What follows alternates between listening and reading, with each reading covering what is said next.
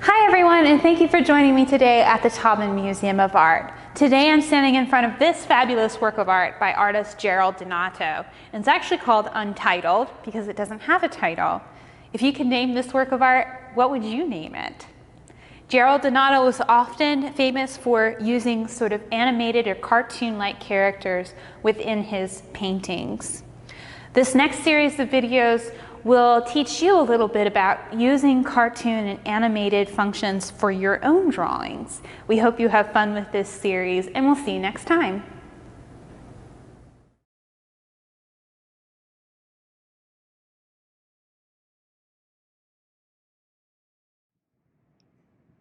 Hi everyone, and thank you for joining me today at the Taubman Museum of Art for this art spotlight. We're going to be investigating this particular work of art within our permanent collection here at the museum.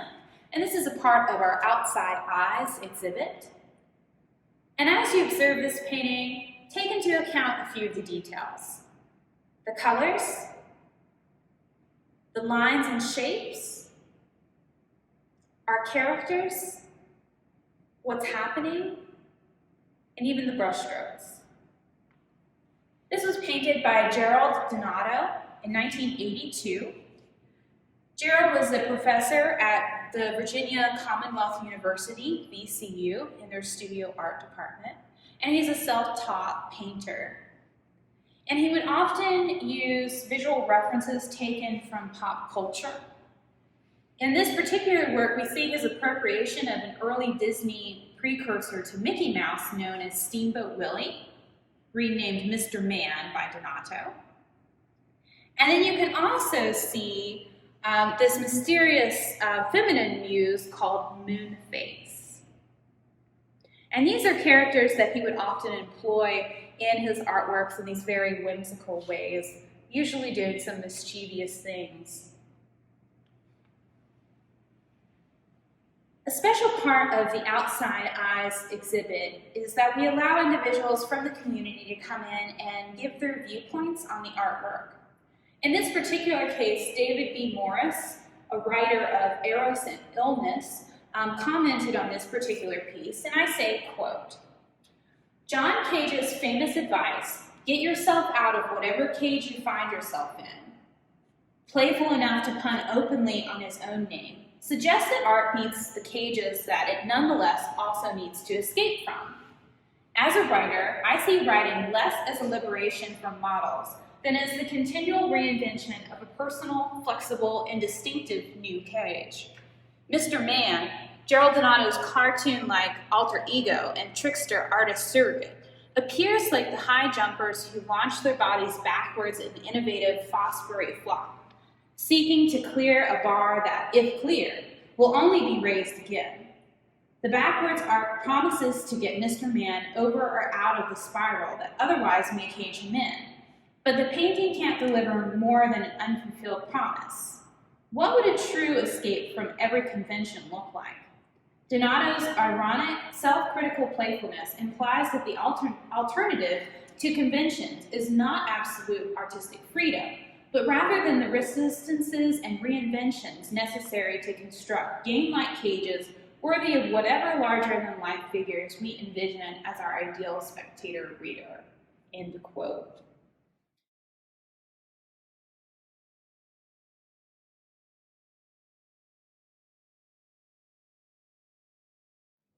Hi everyone, and thank you for joining me today at the Taubman Museum of Art for this really fun art project.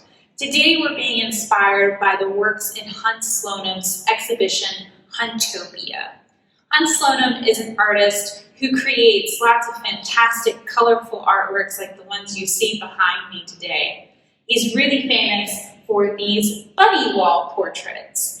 And what Hunt does is he has these morning routines where he paints lots of different bunnies. And we're going to create some bunnies like Hunt Sloanim. We're going to be using a particular drawing exercise called continuous line drawing. And what that means is when you're drawing a picture, you don't lift your pen or pencil off the paper for the entire time you're drawing. So you have to be really calculated in what you're doing. You can do bunnies in different ways.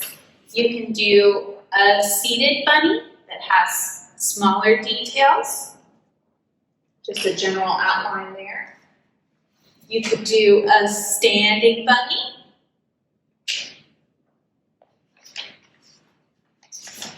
Or you could do a seated bunny that's a little bit more detailed.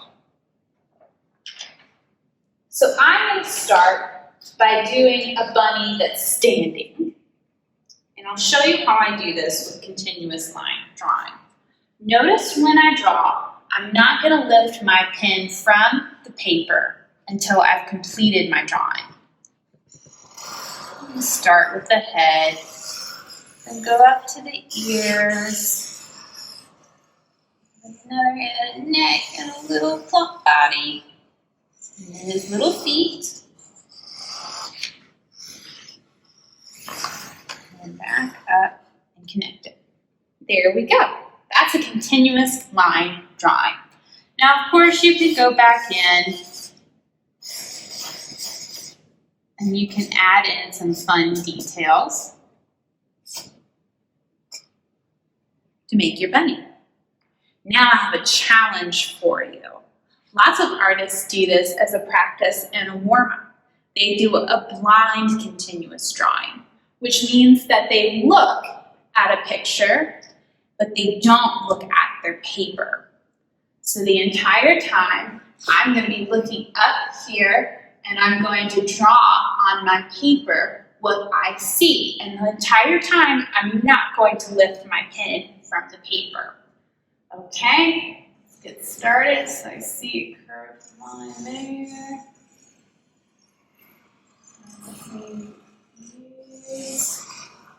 And what's fun about this is going to look a little bit silly because you're not looking at your paper, so you don't really know where your pen is.